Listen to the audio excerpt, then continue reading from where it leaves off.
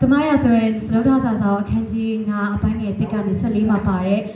ဗိုလ်ချုပ်ကြီးနေမှန်ရဲ့အကြောင်းတစ်စိတ်တစ်ပိုင်းလေးပေါ့နော်အဲ့ဒါလေးကိုသူတို့ဒီမှာပြမှာရှိပါတယ်လို့အဲ့ဒါပြီးအစင်မပြေတာရှိလို့ရှင်လဲတီးခံပြီးတော့မှကြည့်ပေးကြပါလို့တိုက်ခင်ချင်ပါတယ်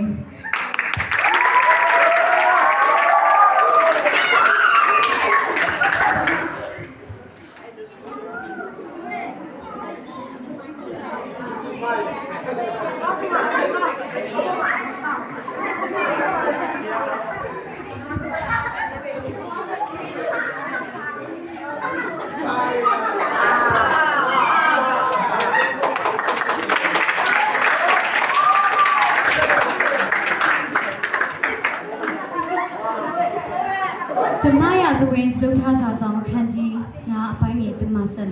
14ရှုရိရှင်ဘီရင်ဤဗိုလ်ချုပ်မင်းနေမှန်သည်မိမိသခင်ထံမှမျက်နာရသောသူဘုံကြီးသောသူဖြစ်၏အကြောင်းမူကားရှုရိပြည်သည်ထိုသူအားဖြင့်အောင်ရသောအခွင့်ကိုထာဝရဘုရားပေးတော်မူ၏ထိုသူသည်ခွန်အားကြီးသောစတိရဲ့ဖြစ်၏တို့ရာတွင်နူနာဆွဲ၏ရှုရိလူတို့သည်အလိုအလျောက်တပ်ဖွဲ့၍ခြိသွားစဉ်တွင်ဣသရေလပြည်မှဖမ်းခဲ့သောမိမငယ်တစ်ယောက်သည်နေမန်၏မယားထံ၌ကြုံခံရ၏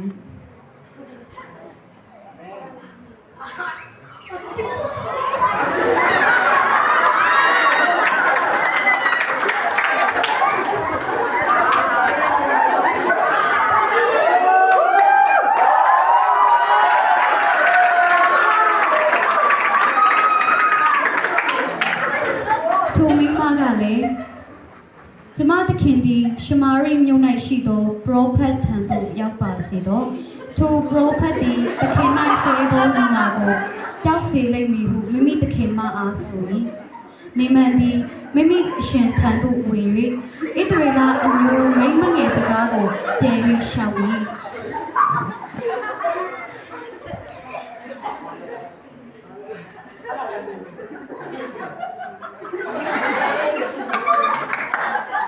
ရှုရိဘီရင်ကလည်းသွားလောဣသရေလရှင်ဘီရင်ထံသို့စာပေးလိုက်ပြီဟုအမိန့်တော်အတိုင်းနေမန်သည်ငွေအခွက်100ရွှေအခွက်60အဝတ်10စုံကိုယူ၍ဣသရေလရှင်ဘီရင်သို့မိမိအရှင်၏စာကိုသွင်းလေ၏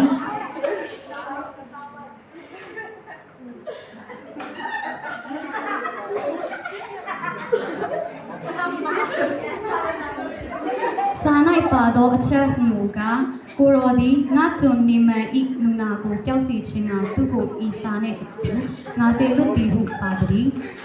ဣသရေလရှင်၏ဒီကားကိုစာကိုကြည့်ပြီးမိမိတို့ကိုဆို၍ငါသည်အသက်ပေးပိုင်လုပ်ပိုင်သောဘုရားဖြစ်သောကြောင့်ဤသူသည်လူကိုပြတ်တာပေးစေခြင်းကငါထံသို့စေလွတ်တော်ကြည်ကြလောဤသူသည်ငါကိုအဘယ်မျှလောက်ရန်ရှာခြင်းသည်ကိုကြည်ကြလောဟုဆိုသည်ဣသရေလရှင်ဘီရင်သည်မိမိအဝတ်ကိုဆုပ်သည်ဟုဖျားသခင်၏အီလိရှဲသည်ကြားလျင်ကိုရောသည်အဘဲကြောင့်အဝတ်ကိုဆုပ်သည်ထိုသူသည်ငါထံသို့လာပါလိမ့်စေဣသရေလပြည်၌ပရောဖက်ရှိသည်ကိုသိလိမ့်မည်ဟုရှင်ဘီရင်ကိုမာလိုက်လေ၏ထိုကြောင့်နေမန်သည်ငင်းရထားကိုစီးသွား၍အီလိရှဲအိမ်ရှိမှရပ်နေ၏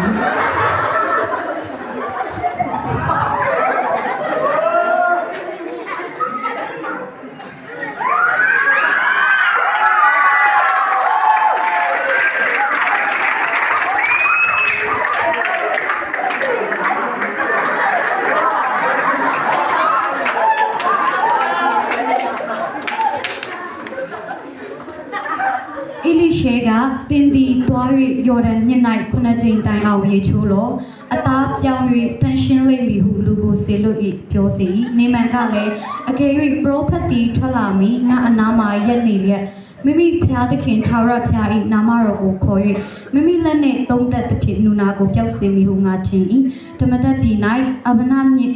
ဖဖမြစ်တို့သည်ဣသရေလမြစ်အလုံးစုံထက်သာ၍ကောင်းသည်မဟုတ်လောထိုမြစ်၌ငါရေချိုး၍မတန့်ရှင်းရသလိုဟုဆိုလျက်အမျက်ထွက်၍ပြန်သွား၏ကျွန်တို့သည်ချင်းလာ၍အပခတ်သောအမှုကိုပြုရမည်ဟုပရောဖက်စီရင်လျင်ပြုတော်မူမည်မဟုတ်လောရေချိုး၍သာတန်ရှင်းခြင်းသို့ရောက်လောဟုစီရင်လျင် အပင်များလောက်သား၍ပြုတော်မူတင်ပါတကားဟုရှောက်ကြတော့နေမန်သည်တွား၍ဖျားသခင်၏လူစီရင်သည့်အတိုင်းဂျော်ဒန်မြစ်၌ကိုခုနှစ်ကြိမ်နှစ်သဖြင့်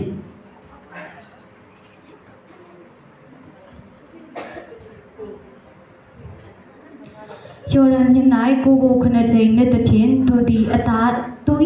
သည်သူငယ်၏အသားကဲ့သို့ပြောင်း၍တန်ရှင်းခြင်းသို့ရောက်၏